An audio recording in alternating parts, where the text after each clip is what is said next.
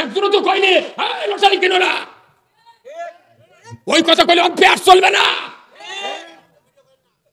কথা ঠিক কিনা? কেন কেন এই কথা কি তেলাওয়াতের জন্য আল্লাহ কোরআন পাঠাতেন?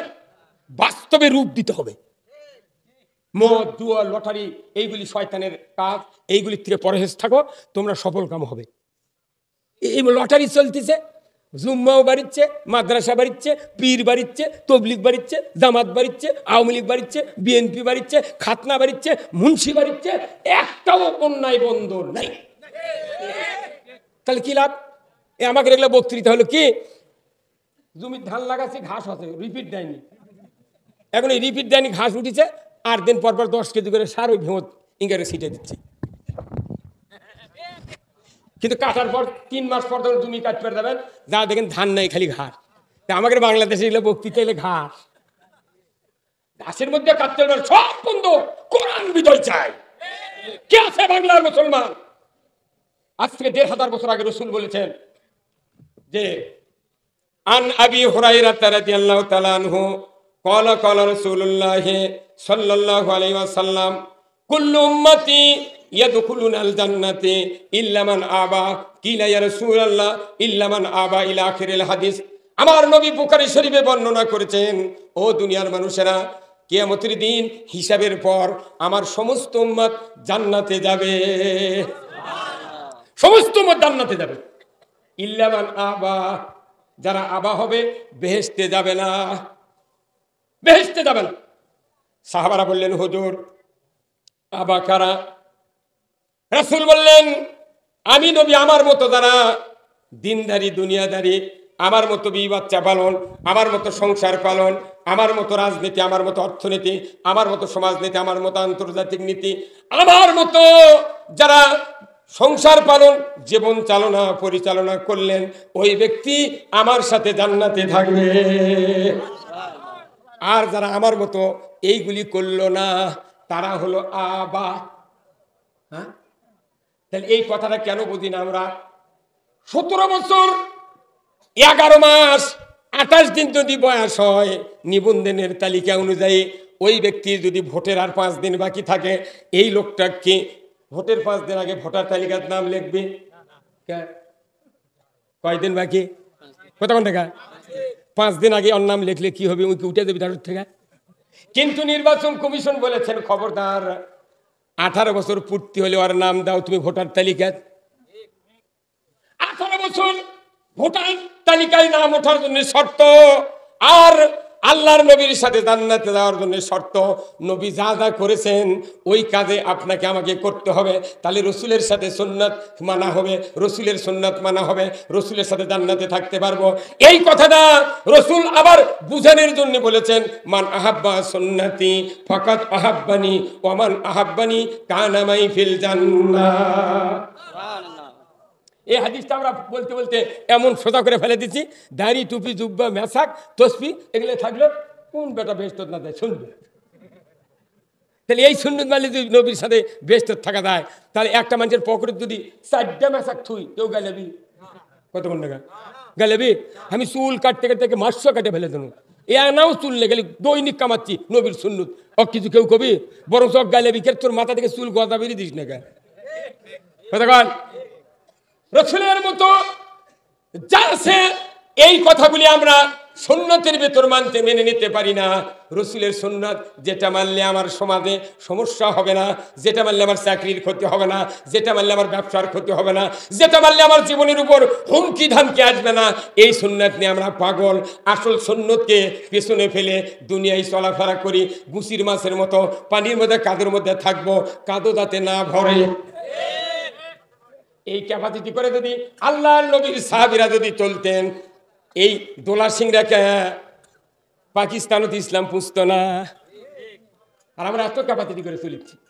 এই ক্যাপাসিটি করে কি কোন ক্যাপাসিটি চললে আপনি আমি জান্নাতে যাব, সেই কথা আমি কোরআন থেকে বলবো। শুনতে রাজি আছেন? কারা কারা শুনবেন? হাত তোলেন তো দেখি। আলহামদুলিল্লাহ। তাহলে আমি আপনাদের একটু পরীক্ষা করব, একটু পরীক্ষা করব।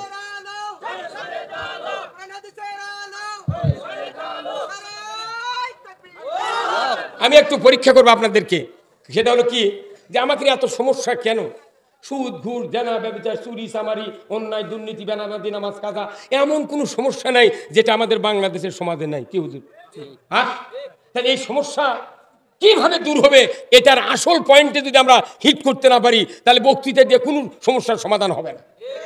এটা সবাই জানেন, কিন্তু কি সমস্যা আমরা ফিল করতেছি এর উত্তর আমরা ভুলে গেছি, যার কারণে আজকে আমাদের সমাজের এই দুরবস্থা। তো আমি আপনাদের একটু পরীক্ষা করব, আমি একটু তকবির দেবো, দেখি আপনাদের পরীক্ষা করি যে আপনাদের অন্তরের চিন্তা মুখের ভাষায় এক কি না। একটু একটু একটু গলা খাকার দিলেন, এই ভাই আপনি একটু গলা খাকার দেন, যে দেহ আপনার লিল্লাহে তাকবীর। ওই কাহিনীর ছাউন হলো না ভাই, ওটি সেই বাগা বাগা যুবক করতে পারে। সুবহানাল্লাহ, লিল্লাহে তাকবীর, নারায়ে তাকবীর, নারায়ে তাকবীর। আল কোরআনের আলো, কি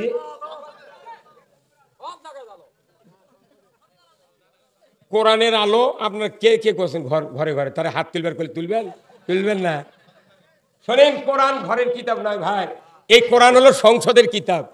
এটা মদিনার সংসদে রাসূলুল্লাহ মসজিদে নববীর মিম্বরে বসে 10টা বছর এই কোরআন দিয়ে পৃথিবী চালাচ্ছেন, 12.5 লক্ষ বর্গমাইল। এই কোরআন হলো সংসদের কিতাব। এই কোরআন যখন আপনি সংসদে কায়েমের জন্য স্লোগান দিবেন, 1 কোটি বছর পরেও যদি কোরআন আপনার কায়েম হয়, তাও কিয়ামতের দিন নবী বলবি, আল্লাহ আমার এই দুর্বল উম্মতেরা কোরআন সংসদে দিবার পারেনি, কিন্তু এরা অন্তত মুখ দিয়ে বলেছিল। ঈসা আলাইহিস সালামের সময় যে কোরআন কায়েম হয়, কোরআন দিয়ে পৃথিবী চলেছে। অতএব আমি এরকম ছাড়া জান্নাতত যাব না। তখন হয়তো আমাকে আল্লাহর নবী একটা অফার দিয়ে নিয়ে যেতে পারে। আমরা তখন হব কি, একটা বিল্ডিং এর ব্যাস ঢালাই দিতে এরকম খোয়া করা লাগে না, নিচে খোয়া থাকে। যে বাংলাদেশের ইমানদার যারা বলবে যে আল কোরআনের আলো সংসদে জানো, তাহলে এরা খোয়ার কাম করলো। আমরা খোয়া দিয়ে ব্যাস ঢালাই দিয়ে থুছি। 10 কোটি বছর পর যদি ঈসা আলাইহিস সালাম মেহেদী আলাইহিস সালাম এসে 40 বছর এই পৃথিবী কোরআন দিয়ে চালাবেন, তাহলে আমরা ওই ব্যাস ঢালাইয়ের নিচে থাকবো। শুরু করেই তো কাজ। কিন্তু আপনি তো মুখ দিয়ে কবেন না, গুচ্ছের খায়া খায় গালত গোস্ত ধরে ঘাড় মোটা করে খালি খালি ঘুরিচ্ছেন। কি লাভ? আমাকে কোনো টেনশন নাই দেখে গালত গোস্ত ধরে, আমাকে কোনো টেনশন নাই সেই জন্য গালত গোস্ত ধরে। আর কুরবানির গরুর যদি টেনশন থাকতো যে আমার এই মালিক 10ই জিলহজ জব করবে, আমার গোস্ত হাড্ডি চাবায় চাবায় খায় মজা নিবে, এটা যদি গরু জানতো, একটা ভুসি খালি অন্য খেপে খালি করে গাড়ির পানি খামো, তো তোর পানি খামো না। কিন্তু আমাকে বিবেক নাই। ছোট্ট একটা আমল দিয়ে আপনি জান্নাতে যেতে পারেন, সেটা হলো কি, কোরআন বিজয়। আহা আমার ভাইরা, প্রথমে আমি বলেছি কোরআনের যারা ইতাআত করবে, কোরআন মেনে নিবে, কোরআন অনুযায়ী যারা জীবন করবে, আমার রাসূল আমার আল্লাহ বলেছেন তারা হবে জান্নাতি। আর যারা কোরআনকে অবিশ্বাস করবে, মিথ্যা মনে করবে, আমার আল্লাহ বলেছেন ওয়াল্লাযীনা কাফারু ওয়া কাযযাবু বিআয়াতিনা উলাইকা আসহাবুন নারি হুম ফিহা খালিদুন। আমার আল্লাহ বলেছেন যারা কোরআনকে বিশ্বাস করবে না, মিথ্যা মনে করবে, আমি রব্বুল আলামিন বলে দিচ্ছি তারা জাহান্নামের আগুনের সাথী সঙ্গী হবে। স্পষ্ট কথা। কোরআন মানলে জান্নাতি, না মানলে জাহান্নামী। বাংলাদেশে কালকে পেপারিং করা হয়, 5,000 টাকা দেবো, হাত তুলে খালি পেপারও ছবি দিবি যে আমার বাড়ি অমুক দেশত, অমুকের পিতা, অমুকের ছেলে, অমুক জায়গার বাড়ি, আমি টাকা 5,000 চাই, আমি কোরআন বিশ্বাস করি না, ওই মিথ্যা মনে করি, এইরকম কথা যদি কেউ বলে খুঁজে পাওয়া যাবে ইনকে একটা লোক। হিন্দুরাও চায় বৈষ্ণব যাবার চায়, হিন্দুরা কয় স্বর্গ আর নরক। তাহলে কোরআন মানলে জান্নাতি, না মানলে জাহান্নামী, কার কথা? তাহলে আপনার সিদ্ধান্ত নিতে হবে, আমি জান্নাতে যেতে চাই, তাহলে কোরআন মানতে হবে। তাহলে কোরআন মানতে গেলে আল্লাহ রাসূল বলছেন আল্লাহ যার কল্যাণ চান তাকে কোরআনের জ্ঞান দেন। কি স্পষ্ট হাদিস রাসূলের, আল্লাহ যার কল্যাণ চান তাকে কোরআনের জ্ঞান দেন। কোরআনের জ্ঞান মানে কি, যে যতখানি কোরআনের জ্ঞান অর্জন করবে সে ততখানি আল্লাহর কল্যাণ প্রাপ্ত হবে। আল্লাহু আকবার। আজকে বাংলাদেশে আমরা যারা ইমানদারের দাবিদার, বাংলাদেশের মতো ভালো মানুষ পৃথিবীর কোনো দেশে নেই, কোনো দেশে নাই। মহিলা যারা আছে তারা এমনি সময় হয়তো মাথার কাপড় দিচ্ছে না, একটা হুজুর যদি আসবেন লাগে তখন ঠিকই মাথার কাপড় দেয়। আবার মসজিদে আজান পড়তে তরকারি কুড়িচ্ছে, লাভ দিয়ে উঠে মাথার কাপড় দিচ্ছে। কি কথা বলেন, কি সম্মান করে আল্লাহ, সুবহান। আর মুসলমান এত আল্লাহ ভীরু, বাংলাদেশে যদি খালি কোরআনের আইন থাকতো একটা ইমানদার জাহান্নামে যেত না। কি হুজুর কথা বলেন না? তাহলে আপনারা হুজুররা যারা আছেন সবার মুখে মুখে কোরআনের পার্লামেন্টের পক্ষে কথা বলা লাগবে। আজকে এক হুজুর কয় আর 400 হুজুর তার বিরোধিতা করে, যার কারণে বাংলাদেশ ওরা আমাকে জেলত তুলে পিঠে মারে সুখ পাচ্ছে। আজকে আমির হামজা বাংলার দ্বিতীয় সাইদি, পৃষ্ঠা নাম্বার আয়াত নাম্বার কত পৃষ্ঠার কত আয়াত, কি রে মাথার ছুট্ট না, মাথা ছুট্ট না, চ্যাংরা 27 বছর বয়স, তাহলে তুফান ছুটে দেয়। এই লোকগুলা জেলত তোলার কারণ হলো কি, মনে করেন এই যে আমার হাতে মোবাইল আছে না, কোন দেশের সরকার যদি কয় মোবাইল আমি আইন করে বন্ধ করব, সবাই রাগ করে খেপে দেবে, সরকারের বিরুদ্ধে আন্দোলন হবে। সরকার যদি ক্যাপাসিটি করে কয় যে ফ্যাক্সিলোডের দোকান বন্ধ, ফ্যাক্সিলোডের দোকান বন্ধ, মোবাইল যার যার বাড়িতে আছে পকেটে 3 করে 1500 তোলা আছে না, 15 দিন যাবে, যাই 10 টাকা হাওলাত দিতে তার 6 মিনিট কথা কন, তাহলে তারপর টাকা তোলার দোকান নেই, ওই মোবাইল থাকা যা। তো এই কোরআন দিয়ে আলিমুলামারা বক্তারা মানুষের ইমানত লোড দেয়। কি ভাই সিয়ারের ভাইরা কথা বল না কেন?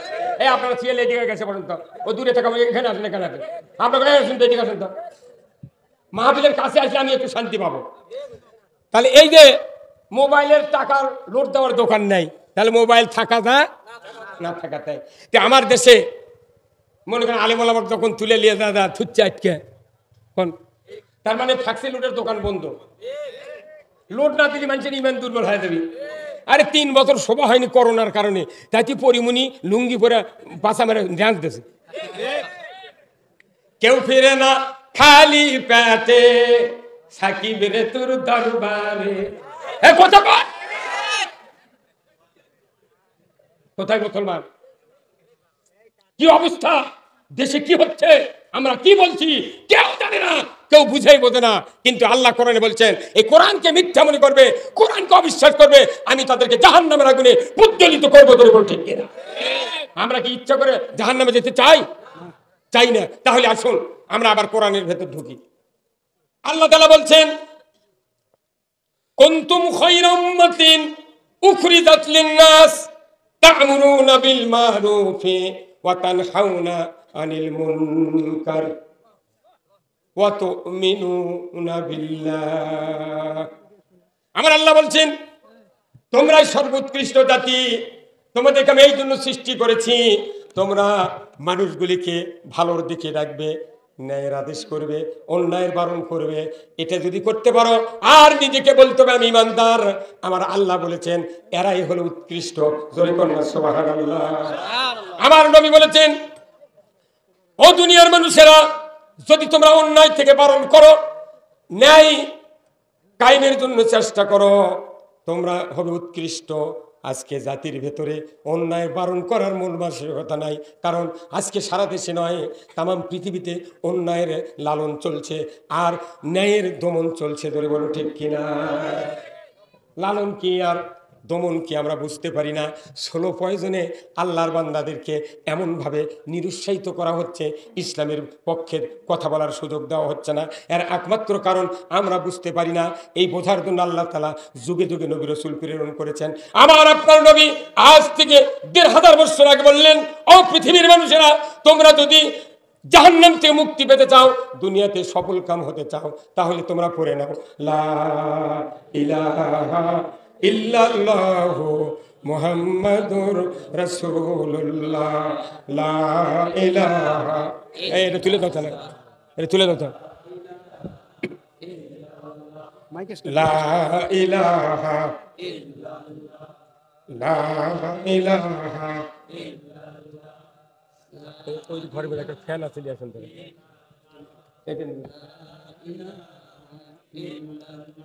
লা ইলাহা লা ইলাহা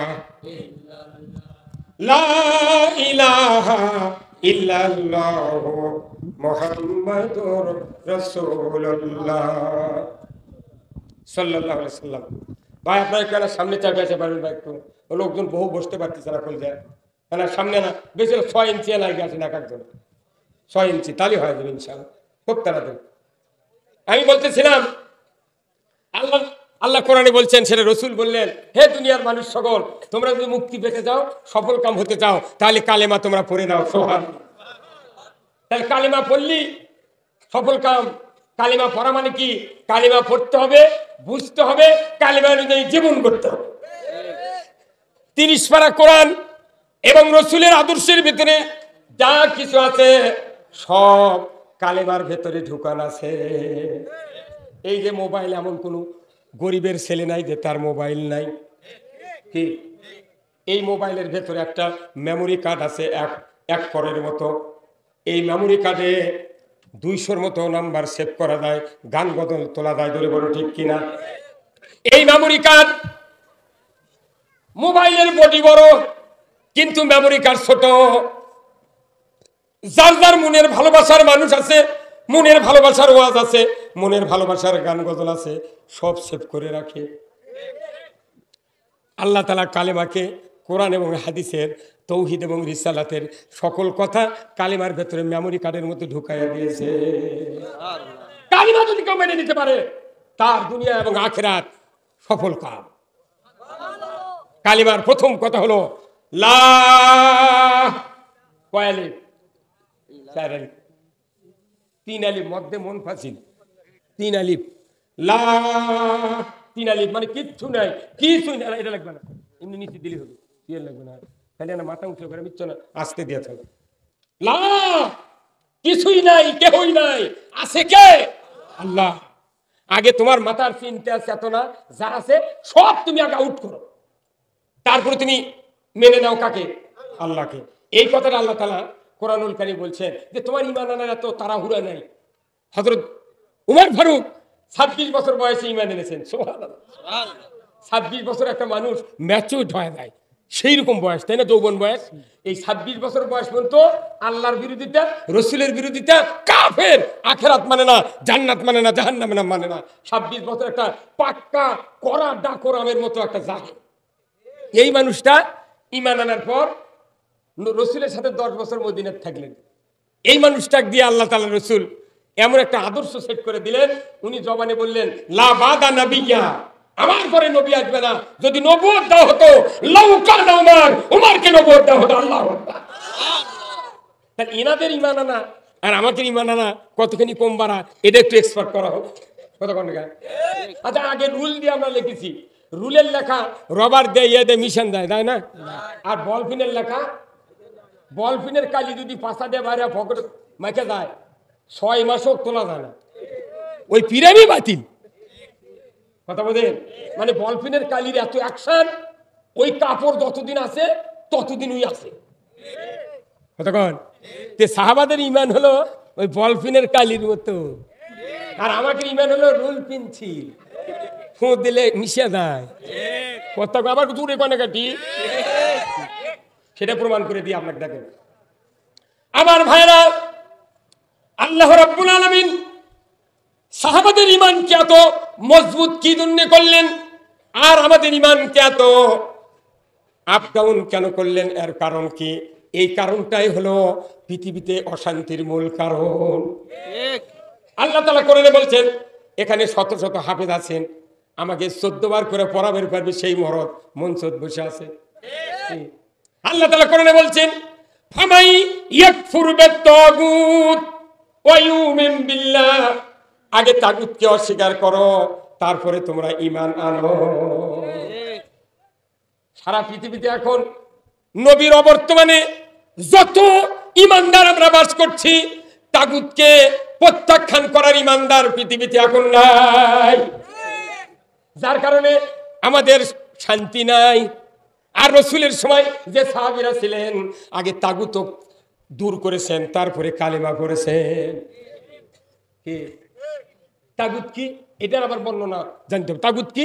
তাগুত হলো ওটাই যারা আল্লাহর আইন বাদ দিয়ে নিজেরাই আইন তৈরি করিয়া সমাজ পরিচালনা করে, এই গোষ্ঠী হলো তাগুতের গোষ্ঠী। এই তাগুতের গোষ্ঠী তো মানুষের পক্ষের আইন কায়েম করবে না, তারা নিজেদের পক্ষের আইন কায়েম করবে, কিন্তু মানুষের পক্ষে উপকার হোক এমন আইন তারা তৈরি করতে পারে না। এই তাগুতকে আল্লাহ তাআলা বলছেন তুমি তাগুত অস্বীকার করো। কারণ মুসা আলাইহিস সালামকে বলা হলো যে ইযহাব ইলা ফিরাউনা ইন্নাহু তাগা, হে মুসা তুমি ফেরাউনের কাছে যাও, দাওয়াত দাও। ফেরাউন সীমা লঙ্ঘন, যারা তাগুত তারা সীমা লঙ্ঘন করে। আল্লাহ সুদ হারাম করেছেন, আমরা সুদ চালু করি, তাহলে সীমা লঙ্ঘন হলো না? আল্লাহ পর্দা ফরজ করেছেন, আমরা মহিলার বল খেলা শুরু করেছি। কথা কন, তাহলে এই যে সীমা লঙ্ঘন, এটাই হচ্ছে মুসা আলাইহিস সালামের বক্তব্য ছিল ইযহাব ইলা ফিরাউনা ইন্নাহু তাগা, হে ফেরাউন তুমি সীমা লঙ্ঘন করেছো, তুমি এইমাত্র পড়ে নাও লা ইলাহা ইল্লাল্লাহ মুসা কালিমুল্লাহ। ফেরাউন নেগেটিভে চলে গেল, নিজের পালা বেটা দাওয়াত দিচ্ছে তাও বিশ্বাস করেনি, নিজের বাপ দাওয়াত দিচ্ছে সন্তান বিশ্বাস করেনি। কি এই নাম করলো, তার নাম কি? হ্যাঁ, নিজের স্বামী দাওয়াত দিচ্ছে, স্ত্রী বিশ্বাস করেনি। কারণ কি? নাতি হলো নানার সাথে মিল বেশি। নানা বলেছে খবরদার ওই আজরের বেটার কথা, ওই ওই নুহুর কথা শুনবো না তুই, কারণ তুই আমার নাতি, আমার কাছে আয়। বিচিকদা গোপনে বলেছে খবরদার আমার স্বামী আমার জামাই নবীর নবী হলে কি হবি, খবরদার ওর সাথে যাবো না, তুই আয়। বাপের কথা শুনে নানার কথা শুনে ইমান আনেনি। আজকেও পৃথিবীতে নেতা নিজের আপনজন নেতৃস্থানীয় লোকের কথায় অনেক মানুষ গোমরা হয়ে যাচ্ছে। সেই গোমরার কথাটা সূরা হামিমার সেজদার 29 নম্বর আয়াতে স্পষ্ট সোয়ামেল ছাড়া পাময়েল ছাড়া আল্লাহ বক্তব্য দিচ্ছে। এই বক্তব্য কি চোখে পড়ে না? ও এটা কত ভয় ধরে, বাটাম ফাটাবি তুলবে রে, এটা তোর ফাটাবি ধরে বলতে কি না? একই কোরআন পড়লে কলিজা শুকে যায়, গায়ের পশম শিংড়ে ওঠে যে কার নেতৃত্বে মানুষগুলি জাহান্নামে যাচ্ছে। রসুলের কলিজার ভেতরে এই দুশ্চিন্তার কারণে সূরা আলাম নাসরা রসুলের উপর নাযিল করা হলো। অথচ আমরা বুঝি না, পুরো কোরআন পড়লে দেখা যায় মনে হচ্ছে আরশ আজিম থেকে অগণিত রহমত, আল্লাহর রহমত বান্দার উপর নিপতিত হচ্ছে বলে বলছো। আমার ভাইরা, এই কোরআনে আছে, ও দুনিয়ার মানুষেরা তোমরা যদি আমার দয়া, আমার যদি তরফ থেকে যদি ক্ষুধা, আমার রহমত যদি পেতে চাও, তাহলে তোমরা পড়ে নাও সূরা কুরাইশ পড়ে নাও। সূরা কুরাইশ নামাজে কোনো মুন্সি পড়েই না, কোন ইমামদুল্লাহ হাফেজ টাইপের বড় বড় মুন্সি, এরা কই ওমনা সূরা পড়ে মানে মানুষ জানামো আমি কিছু জানি না। অথচ আমি 18 সালে হজে যায় প্রথম জুম্মার নামাজের ইমামতি করলেন আব্দুর রহমান সুদাইস। উনি প্রথম রাকাতে পড়লেন সূরা ফিল, দ্বিতীয় রাকাতে পড়লেন সূরা কুরাইশ। আমি চিন্তা করলো বাংলাদেশের কোনো হাফেজকে যদি ইমামতি দেওয়া হয়, ওই সূরা বাকারা ধরবি, বুঝে দিতে মরদ কাক কয়। আর যদি অন্য গায়ে কোনো মুসল্লিদের একটা জুম্মাত আছে আর ওই গায়ে যদি মুয়াজ্জিন নামাজ পড়ায়, ওই সূরা ধরবি আসা আসবি। আর কাবা শরীফের ইমাম যখন ওই সূরা ফিল আর কুরাইশ পড়া শুরু করলেন, ফিল যখন পড়লেন আমার চক্ষু দিয়ে পানি বেরিয়ে গেল। এই তো সেই সূরা ফিল, আব্রাহা বাদশা মক্কার কাবা ভাঙতে এসেছিল, 1,60,000 হাতি বাহিনীকে নাস্তে নাবুদ করে তরবিত ঘাসের মতো করে দিয়েছিল। ওই সূরা ফিল শোনার পর কাবার দিকে যখন নজর করেছি, বিশ্বাস হলো আজকে জীবন ধন্য। যেখানে আক্রমণ করার জন্য আব্রাহা এসেছিল, সেই মুজদালিফা মিনার মাঝামাঝি আসতেই ওই বাহিনীকে আবাবিল পাখি দিয়া পাথর নিক্ষেপ করে আল্লাহ দুনিয়ার থেকে শিক্ষা দিয়েছে। আজ পর্যন্ত কোন কাফেরের গোষ্ঠী মক্কার মাথাবে ঢুকতে সাহস পায় না। একদিনের ঠেলায় কিয়ামত পর্যন্ত ওরা সাবধান হয়। কথা কোনে মানে আমরা তো মনে করি এটি ভাঙ্গা ওই মারে ছেচলে তালয়, এমন একটা ডর আছে। সুবহানাল্লাহ কন্যা, এই বাস্তবমুখী তো আমরা কোনো বুঝি না। আল্লাহ এটা কি মার লয়, এমন দপকাছে যে তুই সাহস করছু মক্কার ঘর ভাঙবো, তোকে এমন শিক্ষা দেবো কিয়ামত পর্যন্ত তোর যে পোলা পান কোনোদিন মক্কার মাথা পর দেওয়ার সাহস পাবো। এমনকি দজ্জালও মক্কার সীমানা আসতে পারবে না।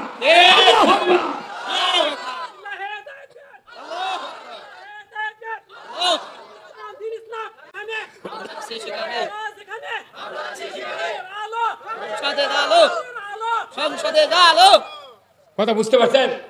স্পষ্ট কথা এখন বুঝতে পারছেন? এটা আব্রাহা খালি মাল লয়, এটা হলো পৃথিবীর সকল কাফের মুশরিক বেদিনকে বুঝাতেছে বেশি ফাজলামো করব না, আমি কোন আল্লাহ আছি। এমন দপকাছে কিয়ামত পর্যন্ত মক্কার ধার দিয়া একটা অমুসলিম কাফের ইহুদি যেতে পারবে না।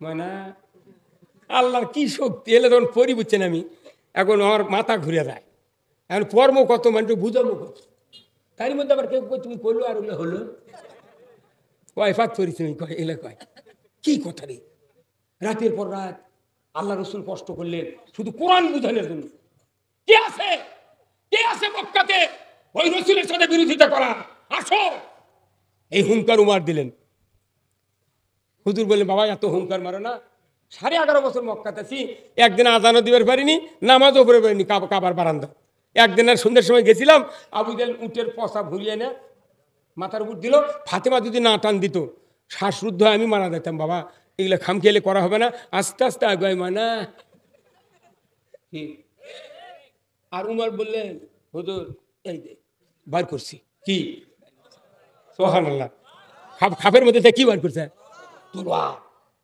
হুজুর আমি আবু উমর সামনে থাকবো আপনি সাহাবাদের ভেতরে দাঁড়িয়ে থাকেন আপনাকে সিকিউরিটি দিয়ে আমার পেছনে পেছনে তারা আনবে কিন্তু আমি উমর সামনে একাই থাকবো কেউ যদি আপনাকে বাধা দেয় মক্কার মাথা ভেগিয়া আমি উমর বলছি সে যেন স্ত্রীর লাকির ফুল খুলে থুয়ে আসে কি হুঙ্কার বাহ এমনি নয় উমর ফারুক রাস্তাতে হেঁটে যাচ্ছে 40 দিন শয়তান হাঁটেনি কি পাওয়ার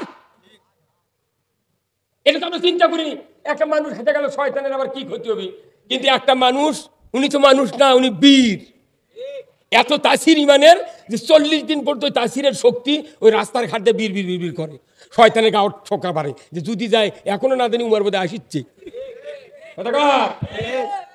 কি শক্তি কে দিয়েছে কয় বছর পর 26 বছর পর 26 বছর কাফের 26 বছর পর ইমান আনলেন 11:15 ইমান আনলেন আর 1টার সময় আজান দিচ্ছে জোহরের আজান রসুল চলেন তো বাবা যাস না হুজুর আমি যাবো আপনি আসেন রসুল সাহাবীরা বলে চলেন তো হুজুর ই তো কয়েকদিন আগে আপনাকে জব করবে চাইলো কাল্লা কাটবে চাইলো আজ যখন আমাদের সাথে যে ইমান নিচ্ছে আবার যাবার চলেন তো কি আছে জীবনে আল্লাহ উমর ফারুক রসুলদেরকে নিয়ে সাহাবাদেরকে নিয়ে চলে যাচ্ছে আবু জাহেলের চেলা চামুন্ডার করছে খেলা ই বলে কাল্লা কাটবে এটা গেলে আসবে মরদিনী মা কি কথা রে এই কি বুঝিছে দেখেন তোর কথা এই মক্কারি ঘরত এনে কাটবি মানে তার কি বুঝ বলছে এটি এনে কাটবি এত কাটুক কিছুক্ষণ পর আল্লাহ রসুলের সাহাবিদেরকে উমর ফারুক বললেন বাবা আমাকে অজু করে দে তোরা উনি তো নামাজই পড়েনি তো অজু করার জন্য সাহাবারা উজু করে দিলেন উনি মক্কার ওই তখন ওই পাহাড়ে ছিল একটা মক্কার সাইডে সে পাহাড় এখন কাটটা ছাপা মারার মধ্যে নিয়ে গেছে তো এই পাহাড়ের এই পাথর দেশে উঠে আদান দিতে লাগছে তখন লোকেরা বুঝতে পারছে উমরের গলার আওয়াজ আমাকে দিকে লাউ খাওয়া মুয়াজ্জিনের লাগা কি কথা কন না উমরের হুঙ্কার এক হুঙ্কার দিচ্ছে এই দোলা সিংড়া গ্রামের যদি ওই পূর্ব পাড়ার একটা মুয়াজ্জিন একটা ছেলে একটা ভাইয়ের বেটা যদি আদান দেয় মসজিদে মাইকে এই গ্রামের 75 আনা লোক বলবি উমুকের ছেলে এখন মক্কার আদান দিচ্ছে মক্কার আশেপাশের লোক করছে আবার আশেপাশের মাথাবের লোকের করছে কেন কেন কাল্লা কাটা জানি ডাকে আনতে ইয়া আদান দেয় উমরের আওয়াজ তোর আবু জাহেল কইতে দাদা সব বাধা দিই করছে পারিস যা আল্লাহ তার মানে কি পারিস যা আবু জাহেল থমকে গেছে আর আজকে আমাদের কি অবস্থা আমার ভাইরা এই শক্তি কে দিয়েছেন আল্লাহ রাব্বুল আলামিনের নবীর সাহাবীরা এইরকম কংক্রিট ইমানদার ছিলেন যেরকম বলপিনের কালি কাপড়ে ভরলে 6 মাসে ওঠে না কাপড় ছিঁড়ে গেলেও পকেটে কালির দাগ থাকে এর একমাত্র কারণ হলো তারা যখন ঈমান এনেছেন ঈমান আনার আগে তাগুতকে অস্বীকার করেছেন আর আমরা ঈমান এনেছি তাগুতক মাথায় রাখছি পকেটে রাখছি কলিজাতে রাখছি পাথরতে রাখছি রাজনীতির তাগুত অর্থনীতির তাগুত সমাজনীতির তাগুত সব জায়গায় তাগুত তারই মধ্যে সিপের মধ্যে খাড়া থাকে আল্লাহু আকবার ওই দিন দেখা রুলের লেখা রুল পেন্সিলের লেখাতে এরকম ফোঁস দিলে মিশে যায় রবার দিয়ে ডললে মিশে যায় আমাকে এই বাংলাদেশের মানুষের ঈমান হতে এত বক্তৃতা দেওয়া লাগে এত সভা করা লাগে আহা এত সভা করে না ভোটের মধ্যে টাকা খায় ভোট দেয় কি কথা রে একটা গরুর দাম 1 লাখ টাকা একটা ভেড়ার খাসির দাম 6,000 টাকা একটা বকরির খাসির দাম 18,000 টাকা আর একটা আশরাফুল মখলুকাত 270 কোটি টাকার মালামাল দেয় পৃথিবীতে, আল্লাহ আমাকে পাঠাচ্ছে। সেই মানুষ রাত্রে জানলা খুলে দিয়ে টাকা খায়, আবার ভোটের দিনে যায় 4টার সময় চেয়ারম্যান করছে, চাষা এখনো কালি ভরায়নি, ওই আরো হাফ কেজি খাবি।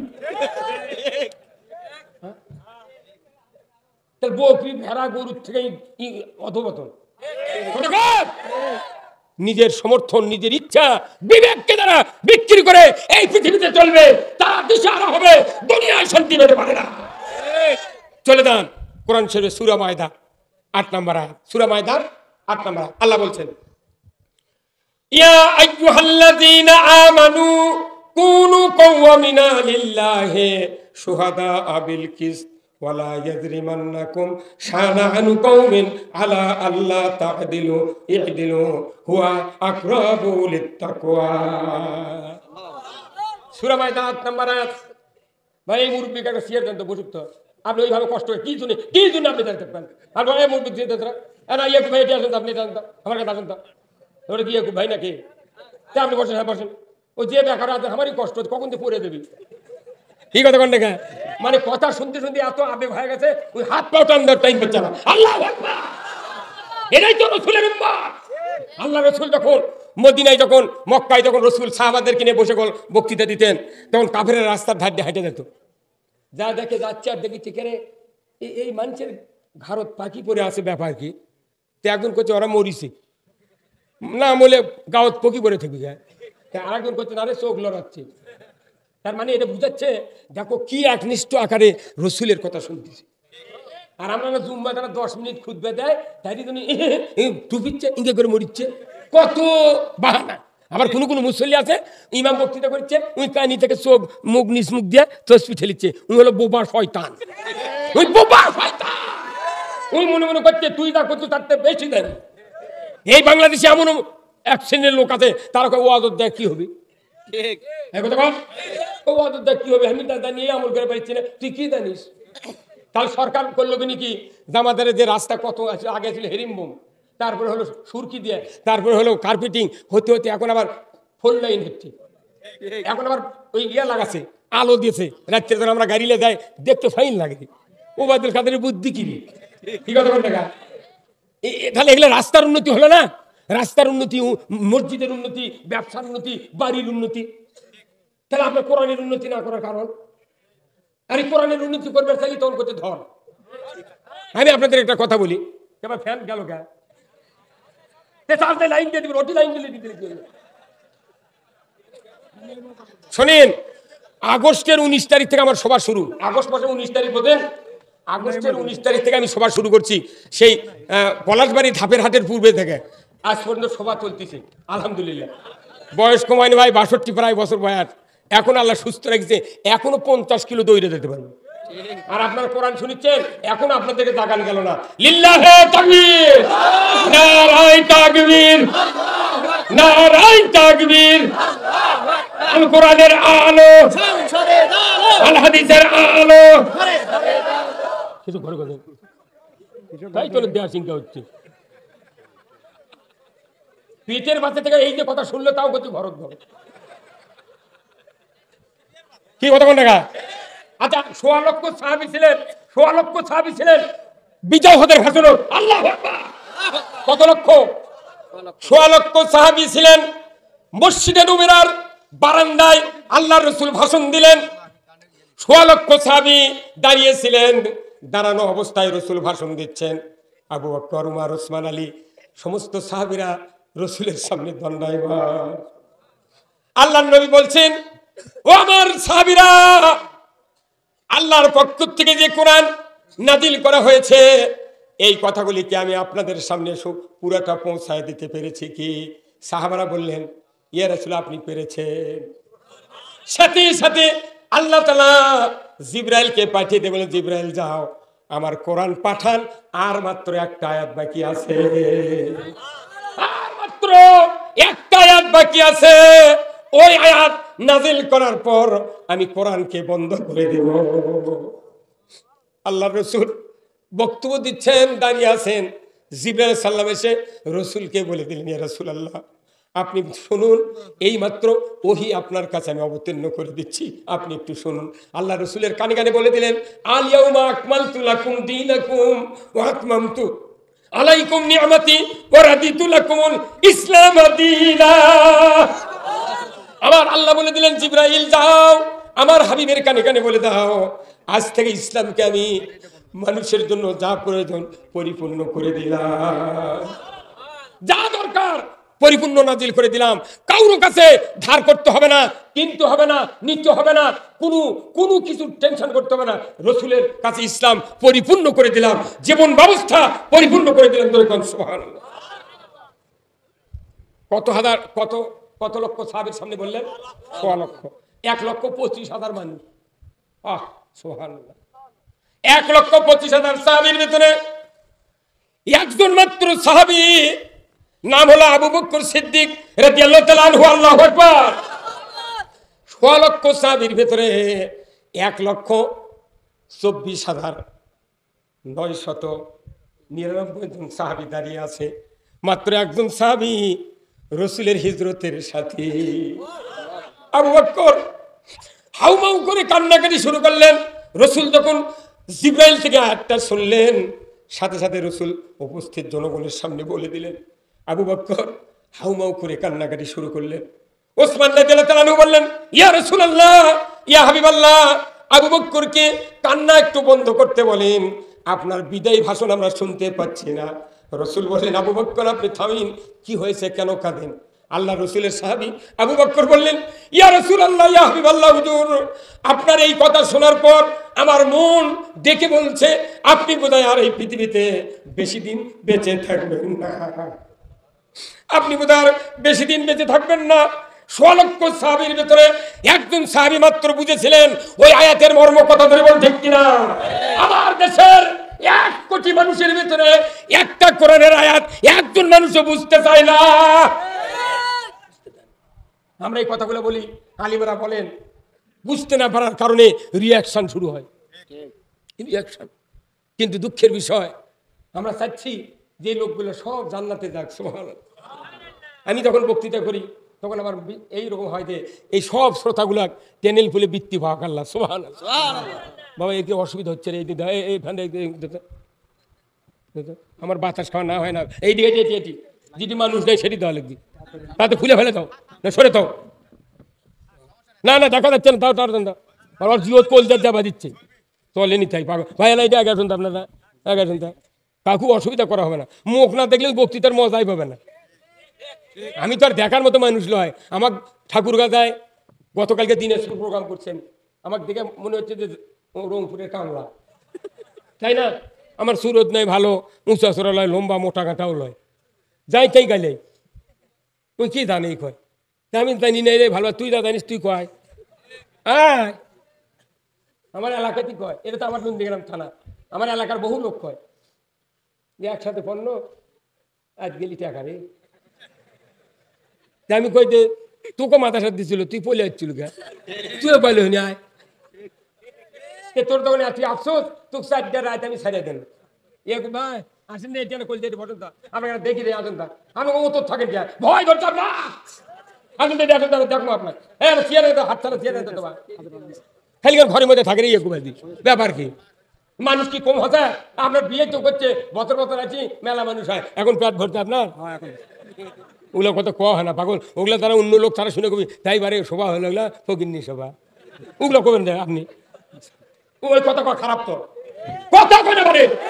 আমার বাপক আমি খাতির করিনি, আমার বাপক বলেছি কেন আমার মায়া করি খেলে না, এত চল হবি গা, ভেউ নাই ভাও নাই, এত চল গা, দুটা হলি যথেষ্ট, রেডিও করছে, টেলিভিশন করছে, এত চল গা করছে। বা তুই বুঝিস না কিয়ামতের ময়দানে ওই বেশি চললে উঠলে নবী ধন্যবাদ দিবি, সেই দিন আমি চল আল্লাহ বান্দা দিবি, আল্লাহ রেজিকের ব্যবস্থা করবি, কথা কি?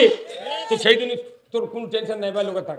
আব্বা আপনি যে খেপলেন, আমি তো কোনো ধন্যবাদ খেপলেন কে? আপনার কিছু ধন্যবাদ দিই জানেন? আপনি যদি মায়া করি আমার মাও খেলে নেনি, তাহলে 2টা চল হয় শেষ।